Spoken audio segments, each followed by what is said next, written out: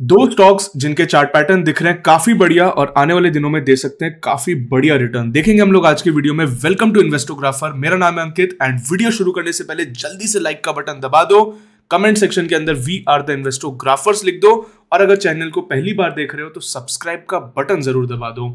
अब वीडियो में आगे बढ़ने से पहले निफ्टी के ऊपर सबसे पहले एक बार बात कर लेते हैं। निफ्टी को अगर हम देखें तो पिछले ऑलमोस्ट 2 महीने से निफ्टी हमें लगातार थोड़ा थोड़ा करके नीचे ही आता हुआ दिखाई दे रहा है और रिसेंटली अदानी को लेकर के और बजट के दिन वॉलेटिलिटी की वजह से हमें निफ्टी काफी ज्यादा वॉलेटाइल और काफी ज्यादा ऊपर नीचे मूव करता हुआ दिखाई दे रहा है। फिलहाल अगर हम लोग देखें तो निफ्टी ने फ्राइडे को हम लोगों को एक अच्छी रिकवरी दी, फ्राइडे को एक अच्छा बाउंस बैक दिया एंड ऊपर की साइड ही हमें क्लोज होता हुआ दिखाई दिया। अब ये काफी इंपॉर्टेंट रहेगा कि निफ्टी यहां से लगभग 17,900, उसके बाद 18,000 एंड धीरे धीरे करके 18,250 के लेवल के ऊपर भी सस्टेन होता हुआ दिखाई दे। अगर उससे पहले कोई रिजेक्शन हमें आता हुआ दिखाई देता है तो ऐसे में फिर निफ्टी में हमें लोअर साइड पे वापस से 17,350 और उसके नीचे 16,800 तक के लेवल्स मिल सकते हैं। तो ऐसे में जब आप कोई स्टॉक में ट्रेड लेते हो, किसी स्टॉक में पोजीशन बनाते हो, तो साथ ही साथ निफ्टी के ट्रेंड पर भी नजर रखना जरूरी है। अगर निफ्टी हमें वापस से नीचे आता हुआ दिखता है तो ऐसे में आप अपनी बाइंग को रोक सकते हो और नीचे की साइड बाइंग करने के लिए भी देख सकते हो। अब बिना कोई समय वेस्ट करते हुए सीधा आ जाते हैं स्टॉक्स के ऊपर जिनके अंदर हमें बात करनी है। सबसे पहला स्टॉक जो आज मैं शेयर करने वाला हूं उसका नाम है रेडिंगटन लिमिटेड।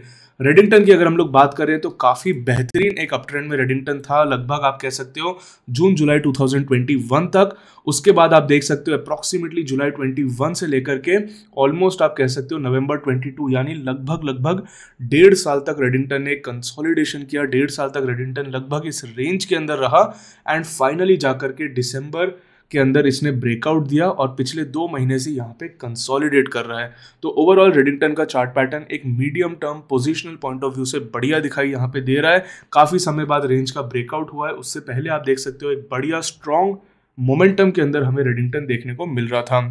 इसी के साथ रेंज में भी अगर आप ध्यान से देखोगे तो कई बार हमें बड़े बड़े वॉल्यूम्स यहाँ पर लगातार उठते हुए दिखाई दिए हैं।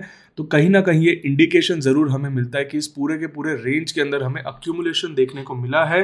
बड़े प्लेयर्स ने, बड़े इंस्टीट्यूशंस ने यहाँ पे बाइंग करी हो सकती है और अब वो धीरे धीरे इसके प्राइस को ऊपर की साइड पुश करने में मदद करेंगे। इसी के साथ अगर हम बात करें कि मार्केट में अगर हमें सेलिंग देखने को मिलती है तो रेडिंगटन हो सकता है कि नीचे की साइड हमें पुश होकर के लगभग 160s के जोन तक भी आता हुआ दिखाई दे सकता है। अप्रोक्सीमेटली अगर हम देखें तो अभी एक अच्छे कंसोलिडेशन जोन में चल रहा है, बट मार्केट का स्टेबल रहना इसके लिए जरूरी होगा। अगर मार्केट स्टेबल रहता है, आने वाले दिनों में रेडिंगटन हमें लगभग 190s के जोन का ब्रेकआउट देकर के मूव करता हुआ दिखाई देता है, तो ऐसे में रेडिंगटन में हमें एक बढ़िया ट्रेंड देखने को मिल सकता है, जिसका शॉर्ट टर्म टारगेट अगर हम लोग अप्रोक्सीमेटली पकड़े तो कहीं ना कहीं हमें शॉर्ट टर्म के अंदर 230 से 250 के जोन्स के अंदर टारगेट देखने को मिल सकता है शॉर्ट टर्म के अंदर। रही बात अगर मार्केट में गिरावट हमें आती हुई दिखती है तो कहीं ना कहीं 160s 150s के जोन में हम इसको बाइंग करने के लिए नजर में रख सकते हैं।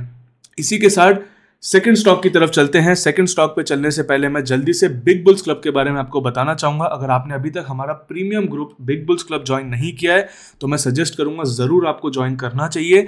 मार्केट पिछले कुछ समय से जिस सिचुएशन के अंदर है इसमें 2 चीजें चल रही है।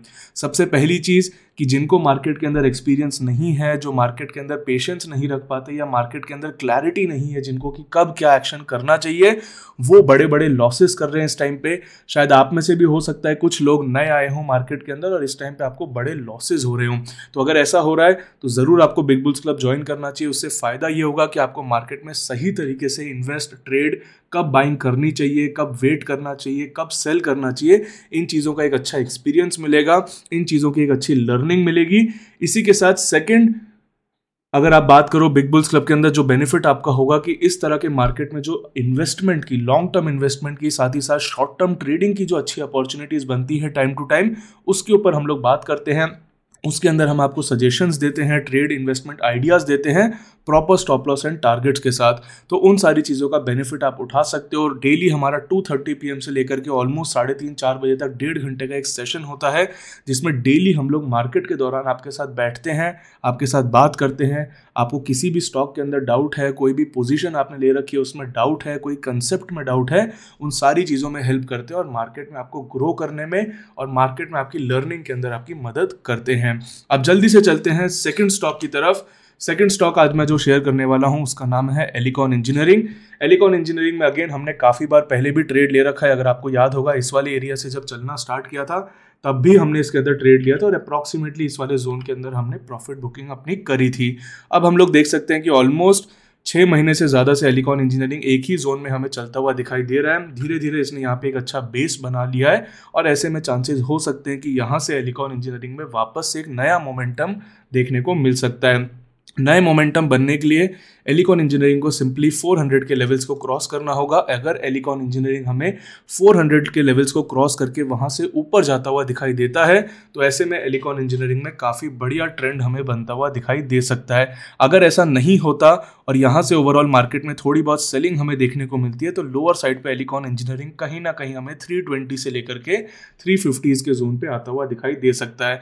अगर वहाँ पे स्टॉक सपोर्ट लेता है, वहाँ से ऊपर आने की कोशिश करता है तो लोअर लेवल पे हम रिस्क लेकर के थोड़ी बहुत बाइंग कर सकते हैं। वहीं पे अगर मार्केट स्टेबल रहता है, चलना स्टार्ट करता है और एलिकॉन इंजीनियरिंग 400 के ऊपर निकलता है तो वहाँ पे हम शॉर्ट टर्म के टारगेट 460-70 के लिए और लॉन्ग टर्म या मीडियम टर्म के टारगेट 650 के जोन के लिए इसके अंदर बाइंग करने के लिए देख सकते हैं।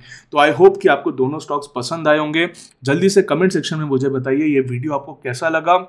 पसंद आया तो लाइक का बटन दबाइए, चैनल को सब्सक्राइब करिए। बिग बुल्स की लिंक आपको डिस्क्रिप्शन में, पहले कमेंट में और वीडियो के एंड में मिल जाएगी तो उसको जरूर चेकआउट करिए, ज्वाइन करिए। 6 मंथ और 1 ईयर के प्लान पे काफ़ी बढ़िया डिस्काउंट भी आपको वहाँ पे मिल रहा है। इसी के साथ अगर आप चाहते हैं कि हम किसी टॉपिक पर वीडियो बनाएं, आप चाहते हो किसी स्टॉक को हम कवर करें वीडियोज़ में, तो वो भी आप कमेंट सेक्शन में डाल सकते हैं। आज के लिए इतना ही था, फिर मिलेंगे, तब तक के लिए थैंक यू।